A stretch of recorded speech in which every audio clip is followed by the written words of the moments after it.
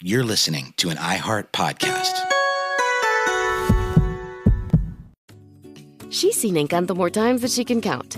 And she can count to 10. She mentioned Mirabel in every conversation. But the moment she actually met Mirabel, she was speechless. That's pura magia.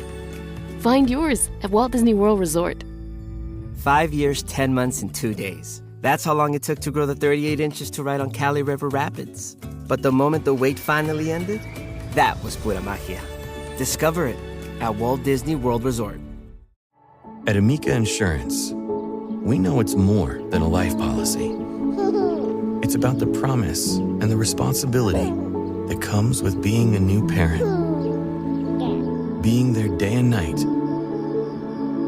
And building a plan for tomorrow, today. For the ones you'll always look out for, trust Amica Life Insurance. Amica. Empathy is our best policy. A quick heads up before we get started.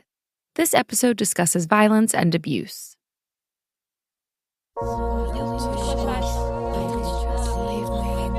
Hello. From Wonder Media Network, I'm Jenny Kaplan, and this is Womanica. This month we're talking about word weavers, people who coined terms, popularized words, and even created entirely new languages. These activists, writers, artists, and scholars used language to shape ideas and give voice to experiences that once had no name. Every year on March 8th, women across Mexico take to the streets for International Women's Day. For many, this day is less a celebration than a commemoration of women who've died because of gender-based violence. It's also a demand for basic rights, for security, for an end to violence against women. Today, we're talking about the woman who coined the term feminicidio to describe and address targeted violence against women in Mexico and across Latin America. Let's talk about Marcela Lagarde.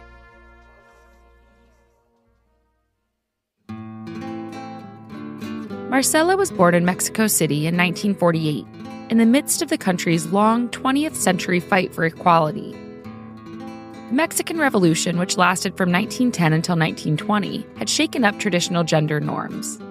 And the country was experiencing a post-war expansion of women's rights, particularly labor rights. We know little about Marcela's upbringing, but we do know that she was part of Mexico's Communist Party in her younger years. We know that she studied anthropology, and we know that she participated in Mexico City's 1968 student protests, which took inspiration from a global student movement and anti-Vietnam War protests. In Mexico, the students called for an end to the country's one-party rule since the revolution and for more political freedoms. This movement was violently suppressed in October of that year, when thousands of peaceful student protesters gathered in a public plaza in Mexico City. The police and army opened fire on the crowd, killing hundreds and jailing and beating many more. Marcela later credited the 1968 student protests as the foundation of the modern feminist movement in Mexico.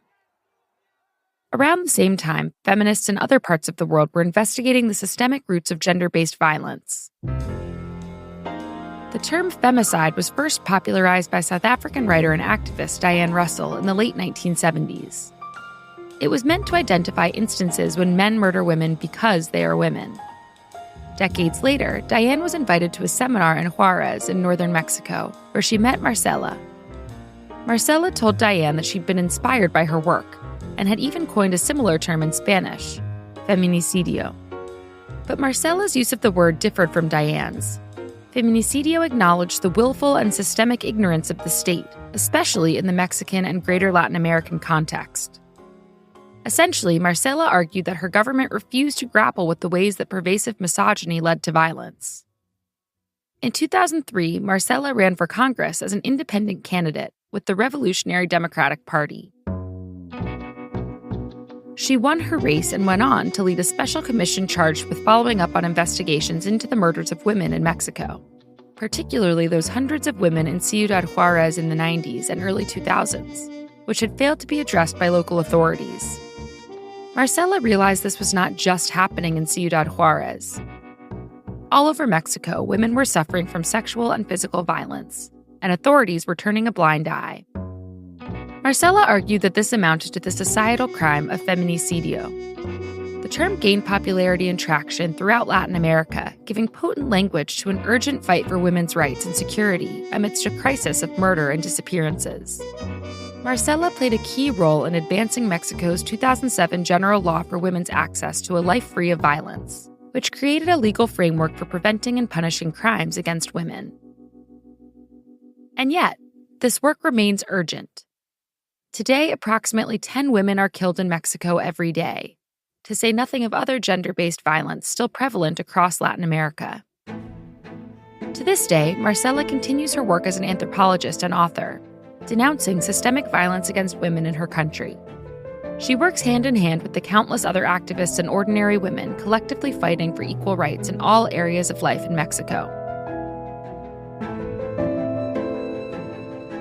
All month, we're talking about word weavers. For more information, find us on Facebook and Instagram at Womanica Podcast. Special thanks to Liz Kaplan, my favorite sister and co-creator. Talk to you tomorrow. Behind every successful business is a vision. Bringing it to life takes more than effort. It takes the right financial foundation and support.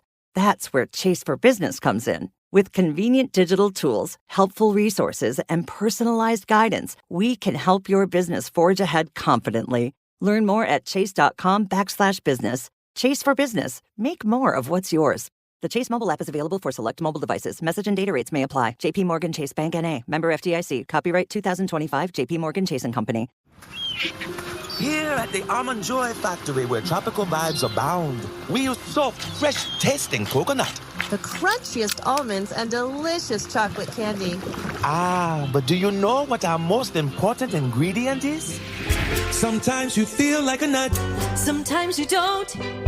Almond Joy's got nuts and something even way better than that. Yes, Almond Joy is made with almonds and joy. You're listening to an iHeart podcast.